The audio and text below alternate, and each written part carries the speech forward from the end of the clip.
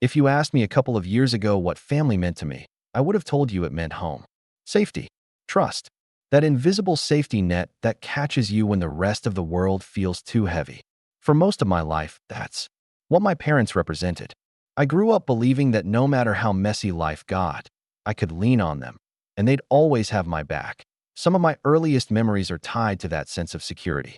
I still remember sitting at the dinner table on Sundays, the smell of chicken curry drifting in from the kitchen, my dad pretending to read the newspaper while sneaking bites before everyone else sat down. My sister and I would argue about who got the bigger piece of naan, and my mom would scold us, pretending to be annoyed but laughing under her breath. At the time, it felt like the kind of chaos that only happens in happy families. Even as I grew older, those rituals didn't change much. Coming home from college, I'd walk through the front door and smell the same food, hear the same voices, and feel like no matter how tough things were outside, this was my anchor. I trusted them completely. Honestly, I never thought I had a reason not to. That's the thing about betrayal. It doesn't just come out of nowhere. It's sharp because it cuts through trust you didn't even know you were holding on to. Looking back, I think that blind trust was the perfect setup for what was coming. I guess, in a way, it's almost ironic. I thought the story of my life would always begin and end with family. I thought we were unshakable. Turns out, I was wrong. You know how, sometimes, life gives you little warning signs? Tiny red flags you just brush aside because you don't want to believe anything's wrong. That's exactly how it was with my family. At first, it was subtle. My sister, let's just say she's always been the kind of person who lived a little beyond her means. New clothes, expensive trips with friends, the latest phone every year. I never thought much of it. I figured, hey, that's her life, her choices. But deep down, I wondered how she was pulling it off when her job barely paid enough to cover rent. And then there were my parents. They'd occasionally drop these strange little comments, like, family should always help each other out, or sometimes you have to sacrifice for the ones you love.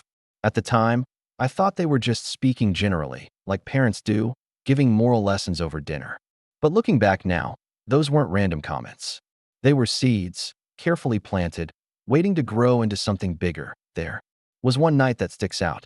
I was home visiting, and my mom casually asked me if I still had my social security card with me. I laughed it off like, why? Planning to steal my identity. She laughed too, but she never actually answered the question.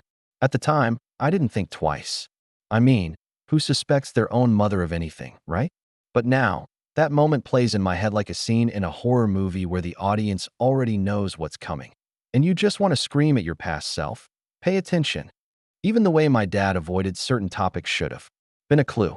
Anytime finances came up, he'd suddenly change the subject, crack a joke, ask about my job, anything to steer the conversation away. And I let him. Because, well, I trusted him. I didn't want to believe there was anything to hide. But hindsight is cruel. It takes those quiet, forgettable moments and turns them into flashing neon signs. And suddenly, you realize all the little nothings were actually the beginning of something much bigger. The day I found out, it wasn't some dramatic movie moment. No slammed doors, no screaming. Just silence. The kind of silence that makes your stomach twist. It started with a phone call. I was at work, half distracted, scrolling through emails, when an unfamiliar number popped up on my screen. Normally, I would have ignored it, but something made me pick up. Hello, this is the collections department. We're calling about your mortgage. I remember laughing. Actually laughing. I think you've got the wrong person, I said. I don't own a house. But the voice on the other end didn't laugh. He read out my full name, my date of birth, even my address. And that's when the room started spinning. My chest felt tight, like someone had knocked the air out of me. I remember gripping the edge of my desk, forcing myself to stay calm while every part of me was screaming, what the hell is happening? When I hung up, I just sat there, staring at the wall. The words echoed in my head. Your mortgage. Your mortgage. I didn't even have one. Or at least, I thought I didn't. I spent the rest of the day in a daze, trying to make sense of it. That night, I drove straight to my parents' house. My hands were shaking the entire way, and my mind was racing through every possible explanation. Maybe it was a mistake. Maybe it was some weird clerical error. Anything but what my gut was whispering. When I finally walked into the living room, my mom and dad were sitting there like nothing had happened. TV on, snacks on the coffee table, completely normal. And for a split second, I almost convinced myself the phone call had been a fluke. But then I asked, why is my name on a mortgage? The way they froze. I'll never forget it. My mom's eyes darted to my dad, and my dad just sighed. He didn't look shocked. He didn't even look confused. It was the sigh of someone who had been waiting for this moment and dreading it. That's when the pit in my stomach turned into a full-blown drop. I knew. Before they even opened their mouths, I knew that it's funny how the mind works. When something shatters your reality, your brain goes digging, searching through the past like a detective combing through old evidence. Suddenly, moments you never thought twice about feel like red flags you should have noticed years ago. After that night, I couldn't stop replaying everything. Every strange little moment, every unanswered question, every awkward silence that I remembered. The time my mom asked me for a copy of my driver's license. She said it was just in case. In case of what? I never thought to ask. I handed it over without hesitation because, well, she was my mom. Why wouldn't I trust her? But now looking back, I feel sick. That wasn't just some random request. That was a step. A piece of the puzzle they were quietly putting together behind my back. Then there was that evening when my dad was going through a stack of mail. He quickly shoved a thick envelope under a pile of newspapers as soon as I walked in. I remember, joking, hiding your lottery winnings from me. He chuckled, but his laugh was strained, almost nervous. At the time, I brushed it off. Now, I can practically see the word mortgage stamped across that envelope in big, bold letters. Even my sister's behavior started to make sense. I used to think she was just stressed about work or relationships, but now I realize those sharp mood swings, the constant edge in her voice, weren't random. She was terrified I'd find out. The worst part? I even remember signing something once, just a piece of paper my dad slid across the kitchen table. He said it was for some insurance stuff, and I didn't question it. I didn't read the fine print. I didn't even pause. Because that's what trust does. It blinds you. It convinces you that you don't need to double-check the people closest to you. And that trust was the weapon they used against me. Those memories hit like a wave, one after the other, until I could barely sleep at night. I'd lie awake, staring at the ceiling, replaying every little moment I had brushed off. And the realization burned through me. My family hadn't just betrayed me in the present. They had been setting me up for years. And I never saw it coming. I don't think I've ever felt my heart race the way it did that night. Sitting across from my parents, the truth heavy in the air, I could barely breathe. My voice came out sharper than I intended when I repeated myself. Why is my name on a mortgage I never agreed to? For a moment, no one spoke. My mom fiddled with the corner of her shirt like a child caught lying. And my dad? He leaned back, folded his arms, and gave me that look. That look that said, "You're overreacting." Finally, he sighed. "It's not a big deal. We just used your name. It helped your sister qualify. That's all. Not a big deal." Those 4 words set my blood on fire. Not a big deal. I snapped. "You put me on a loan. Without my permission. That's fraud. Do you realize what this does to me? To my future?" My mom's voice trembled when she jumped in. "Sweetheart, it was for your sister. She needed us. We couldn't let her lose the house."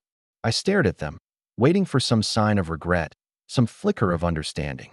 But all I got was justification dressed up as love. "You've always been the responsible one," my dad said, almost proudly. "We knew you could handle it." That line broke me. Responsible. As if my reliability wasn't a quality to respect, but a resource to exploit. I wasn't their child in that moment. I was a tool. A safety net they didn't even bother asking before using. The argument spiraled. My voice cracked between rage and disbelief, while they grew defensive, painting themselves as victims. We didn't have a choice. Family helps each other. You're making this bigger than it is. And my sister? She didn't say much at all. Just sat there with her arms crossed, staring at the floor, as if silence could shield her. From the damage already done, that I remember slamming my hands on the table and blurting out, "You've ruined me. Do you understand that? You've ruined my trust, my credit, my future, all for a secret I never agreed to carry." My mom's eyes welled with tears. My dad stayed stone-faced. And me? I felt like I was unraveling, torn between the love I'd always had for them and the betrayal that now sat like poison in my chest. That night, I walked out of their house feeling like I had lost my family without a funeral. The walls of the home I once thought was safe now felt like a prison, built out of lies. That night after the confrontation, I lay in bed staring at the ceiling, my chest so heavy it felt like someone had parked a car on top of me. Sleep didn't come. Every time I closed my eyes, I heard their words on repeat. It's not a big deal. Family helps each other. We knew you could handle it. It's strange how a sentence can echo louder than any scream. I kept asking myself the same questions over and over. How long had they been planning this? When did I stop being their child and start being their insurance policy? Did they ever really see me? Or was I just a backup plan all along? The house felt different, too. When I visited in the days after, the walls seemed to hum with secrets. The framed photos of us smiling on vacations mocked me. The smell of my mom's cooking, once comforting, now made me nauseous. It was like everything familiar had been tainted, painted over with a color I couldn't wash away. That I found myself replaying better times, almost as a form of punishment. Like that Christmas when my dad surprised us with gifts we couldn't afford but insisted on buying anyway, just to see us smile. Or those late-night talks with my mom in the kitchen when I was a teenager, when she'd pour me a cup of tea and tell me she was proud of the person I was becoming. Those memories used to warm me. Now, they just cut deeper because I couldn't reconcile the parents I remembered with the ones sitting in front of me now. I spiraled. My credit score became an obsession, checking it daily, panicking over every dip. I thought about my future plans, the apartment I wanted to move into, the car I'd been saving for. All of it suddenly seemed impossible. Not because of strangers, not because of bad luck, but because of them. The worst part wasn't even the mortgage itself. It was the betrayal. The way they looked me in the eye my whole life and preached about trust, honesty, and family, while quietly stabbing me in the back. That I felt like I was grieving people who were still alive. And maybe the cruelest part of all, a piece of me still wanted to protect them. Even in the middle of my heartbreak, I thought, maybe I shouldn't be this angry. Maybe I should just let it go. Maybe this is what family does. That inner conflict ate me alive. Loving them and hating them at the same time. Wanting to forgive, but unable to forget. The thing about betrayal is, it doesn't just break your heart. It breaks your life. At first, I thought I could manage it. Just swallow the anger, deal with the paperwork, maybe even find a way to forgive. But the damage didn't stop at my emotions. It followed me everywhere, like a shadow I couldn't shake. That I remember sitting at a bank desk, excited about finally applying for a loan for my own place. I had the down payment saved. I had the job stability. I thought I was ready to take that next step. The woman on the other side of the desk smiled politely as she typed in my information. But then her face shifted. That smile faded into something awkward, almost apologetic. "I'm sorry," she said softly. "With your current obligations, I don't think we can approve this." Obligations. That word tasted bitter. She meant the mortgage. The one I never agreed to. The one chaining me to a house that wasn't mine. Walking out of that bank, I felt hollow. Like someone had reached into my chest and scooped out every dream I'd been carefully building. And it didn't end there. My credit tanked. Calls from collectors became background noise to my days. My sister had fallen behind on payments. And because my name was on the line, so was my future. Every ring of the phone felt like another reminder. You're paying for their mistakes. You're paying for their lies. But the financial price, it wasn't even the heaviest part. The real cost was trust. The trust that used to be as natural as breathing was gone, replaced by suspicion that poisoned every interaction. Dinner with my parents became unbearable. Every smile felt fake. Every word sounded like a half-truth. I caught myself studying their faces, searching for lies in their eyes, wondering if I had ever actually known them at all. The house I grew up in, the one filled with birthday candles, movie nights, and laughter, no longer felt like a home. It felt like a crime scene, a place where my identity, my security, and my future had been stolen in plain sight. That was the heavy price. Not just the ruined credit or the missed opportunities, but the shattering of something sacred. Family was supposed to be the one thing you could count on in this world, and mine had put a price tag on me and sold me without even asking. There's only so much a person can take before something inside snaps. For me, that moment didn't come with fireworks or yelling. It came on a random Tuesday night, sitting alone in my car, parked outside my apartment. I had just finished another tense dinner at my parents' house. The same scene as always. My mom pretending everything was normal, my dad brushing off the tension with forced small talk, my sister avoiding my eyes. By the time I got back to my car, I couldn't even turn the key in the ignition. I just sat there, gripping the steering wheel, and the tears started coming before I could stop them. I don't cry often, or at least I didn't.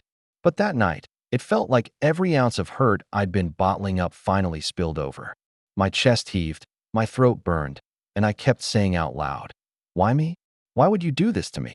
Over and over like some broken record that I felt small, powerless, like I wasn't even a person to them anymore, just a name on a piece of paper. And what crushed me most wasn't even the betrayal. It was the realization that they didn't think they had done anything wrong. They looked me in the eyes and acted like I was the problem, like I was selfish for being upset. And in that moment, I hated them. I hated my own parents. Even saying that now makes my stomach twist, but it's the truth. I hated them for making me feel guilty about being betrayed. I hated them for making me question whether I had the right to be angry. I hated them for teaching me that family meant love, and then proving that, in their version of love, my future was collateral damage. That night was my breaking point. I slammed my fist against the steering wheel so hard my knuckles bled. I screamed until my voice cracked. I let myself feel every ounce of rage, sorrow, and loss I'd been trying to suppress. And then, when the tears finally stopped, a strange kind of calm settled in. Not peace, not forgiveness, just numb resolve. I realized I couldn't keep living in this cycle of anger and denial. Something had to change. I had to change, because if I didn't, this betrayal would consume me completely. The morning after that breakdown in my car, something in me shifted. My eyes were swollen, my voice was raw, but for the first time in months, I felt lighter. Not healed, not okay, but lighter. Like finally letting myself fall apart had cleared just enough space to start standing up again. That I realized something that morning. I couldn't keep waiting for my parents to apologize. I couldn't keep hoping they'd suddenly wake up and see the damage they'd done. That apology was never coming. And if I kept waiting for it, I'd be stuck in that same loop forever. I did the hardest thing I've ever done. I pulled back. That I stopped going over for dinners. I stopped answering every call. I let texts sit unread. It wasn't about punishing them, though part of me wanted to. It was about survival. I needed distance to breathe again, to remind myself that my life didn't have to orbit around their choices. The first few weeks were brutal. The guilt gnawed at me. My mom left voicemails with that shaky voice, asking why I was being so distant. My dad's messages were shorter, colder. "You're overreacting. Call us back." My sister barely reached out at all. And every time my phone lit up with their names, my heart twisted. That instinct to run back, to fix things, to be the responsible one. It didn't go away overnight, but I resisted. Because I knew if I didn't draw the line here, I never would. In the quiet that followed, I started reclaiming little pieces of myself. I met with a financial advisor. I set up plans to rebuild my credit, step by step. I started going on long walks after work, just me and my headphones, giving my mind space to process. Even journaling, something I'd always thought was pointless, became a lifeline. And slowly, I realized something important. Distance isn't the same as hate. I didn't stop loving my parents, no matter how badly they hurt me.